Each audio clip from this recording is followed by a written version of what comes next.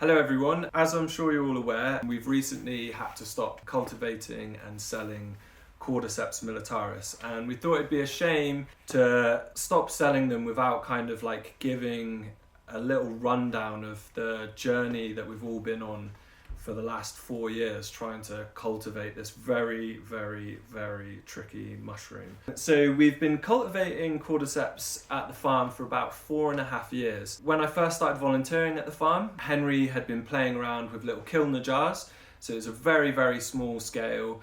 Having little bits of success. I think we had some fruiting jars and a few pins. But we really wanted to get into cultivating the mushroom. So as soon as we moved to our new farm, it was game on, and we needed to scale up what we were doing with Cordyceps militaris. At the time, myself and Ben Gibson, who now runs the Fungi Folks just near Chepstow, were both volunteering for the Fungarium. And Tom gave us the task, essentially creating a job role at the farm. If we could crack growing Cordyceps militaris, there'd be a job for either of us or both of us at the farm. Me and Ben got on really well, so we decided to turn it into a collaborative project. So we both set up grow spaces at our homes. At the time, I was a landscape gardener and Ben was a postman. So after work, we'd meet up, we'd do cooks together. We were trying different broth recipes, different substrates. And I guess that period went on for about 3 or 4 months where we were growing Cordyceps at home. We'd had a few good harvests. So even though we'd had some success, or what we'd call proof of concept at home, scaling up to a commercial level was a completely different challenge. So as I just mentioned, we played around with different substrates. We settled on brown rice, but we did a lot of experimentation with millet, white rice, rye, lots of different grains. The broth recipe that we used to hydrate the substrate also took a lot of work, taking influence from a few different places. You've got William Padilla Brown, who wrote a very good Cordyceps Growers Handbook.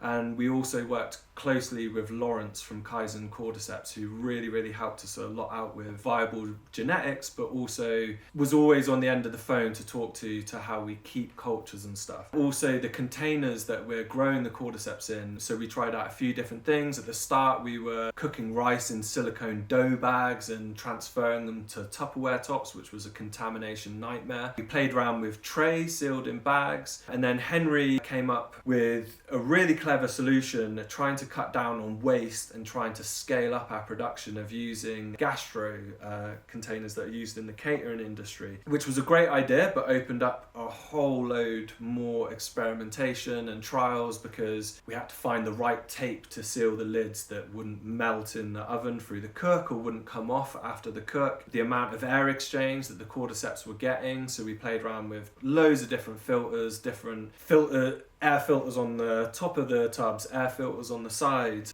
All of this experimentation going on as the demand for Cordyceps militaris was increasing. So it was a very intense period of trial and error. Very frustrating. We've had a lot more failures than we've had successes. I think still to this day when it comes to Cordyceps militaris, even though last year we harvested over 110 dry kilos through the whole year, I still think the amount of failed trays and failed gastros that we have outweigh the successes. So all of this just to get to the end stage where we're harvesting a regular amount of Cordyceps, which we got to last year. But that's not the end of the story, because the reason why we grow all of our mushrooms is because we have control over quality. And as soon as we started working with Payam, our chemist, it really opened up Cordyceps again, because now we're into regular harvests, but we can get those harvests tested now, and we want to find out what can we do to improve the compounds, in this case adenosine and cordycepin. What can we do, what can we play with, what can we tweak to increase those levels so that we're extracting as much as possible. For me, it's very hard to express the kind of relationship that you develop with an organism when you're cultivating it all the time. And especially something that's been so hard fought for and won. Like, I think the lowest moments in my mushroom growing career have come from Cordyceps failures, whether that's taking all the effort to prep 120 trays for them all to go contaminated to bacteria in the rice before you've even inoculated them, to inoculating 120 trays and finding out your liquid culture was contaminated. It's really been frustrating and it really makes you want to give up. But on the flip side, some of the best moments that I've had growing mushrooms have been Cordyceps harvests, where we've had, kilos and kilos of fresh harvested Cordyceps. And I was lucky enough this year in September to take a trip to Dartmoor to actually find Cordyceps in situ, which I'd been looking for 5 years, but I'd yet to find them in the wild. And that whole trip really stuck with me because I think we spent 8 hours looking for Cordyceps.